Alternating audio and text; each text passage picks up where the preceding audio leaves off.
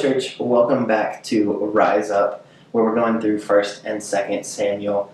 Last week, we left off with Saul, who was the newly anointed king of Israel, leading them to their first real big victory. It was the first test of his leadership, and he passed. And now all of Israel is kind of energized and inspired, and it's this closing of one chapter and opening of another. And so in this chapter where we're at today, chapter 12 in 1st Samuel, the prophet Samuel, who the book is named after, is kind of saying his farewell. Now, he's still going to stick around in the story, and he still plays a big part in what's to come, but this is him relinquishing his position as the head of Israel. So God had been Israel's king. He had been the one who led them, but obviously, they can't see God face to face, and so Samuel had been the one that God had really spoken through, and who had kind of served as the spokesman on God's behalf. And so now, because there is a king, because there is someone sitting on the throne, because the people have kind of rejected God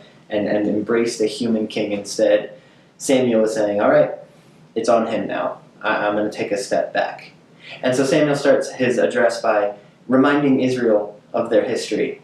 He tells them the story of their people and how God has been faithful to them every step of the way, and yet they've continued to doubt him, and every time they doubt him, and every time they turn away, and every time they try to put their faith in someone or something else, God says, okay, go for it, see how that works out for you.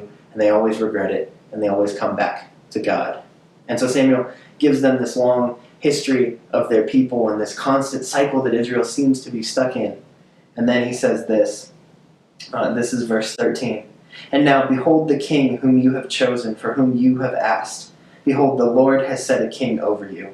If you will fear the Lord and serve him and obey his voice and not rebel against the commandment of the Lord, and if both you and the king who reigns over you will follow the Lord your God, it will be well. But if you will not obey the voice of the Lord, but rebel against the commandment of the Lord, then the hand of the Lord will be against you and your king. Now, up until this point, it was just on Israel to be obedient. But now Samuel introduces this wrinkle that even if they're obedient and their king is not, they're going to be the ones that are punished. And so Israel, they're now starting to understand what they've really done. They've given up autonomy. They've given up that direct line to God. They've put someone in between them and the Lord, and they are now kind of tossed to and fro by this human king. And this is all contrasted with, as I mentioned, Israel's history, where God has been so faithful, and every time they've trusted him, he's come through for them. And yet they forget so fast. And so they want a human king, someone that they can see face to face, someone that they can remember the things that he does, someone who they can have solid opinions about because he's a clearly defined person who's standing in front of them. And isn't that so much like us? I know so many times in my life, I'm so quick to forget what God has done. I'm so quick to forget the times that he's proven himself over and over and over again. And there's this new stress and this new struggle that pops up in my life, and I just want a quick, easy, tangible answer. I just want to put my faith in something I can see and I can feel because it's easier. And yet, Samuel makes it so clear that that's not the ideal position for us to be in. When we put ourselves in that state, things become dependent not just on us, but on the circumstances and the people and the other things around us. And so we're so quick to give power to the other things and the other people in our life because we think they can save us, they can help us. When really what Samuel is saying is God has never let you down, and you keep forgetting his faithfulness. And so, church, I want to encourage you not to forget God's faithfulness. I know this has been a crazy year for everybody. This has been a stressful time where it's so easy to feel hopeless. It's so easy to feel like that you're out of control, like the whole world is out of control. And so something that my mom told me a while ago that I use in my personal life that's helped me is keeping a faith journal.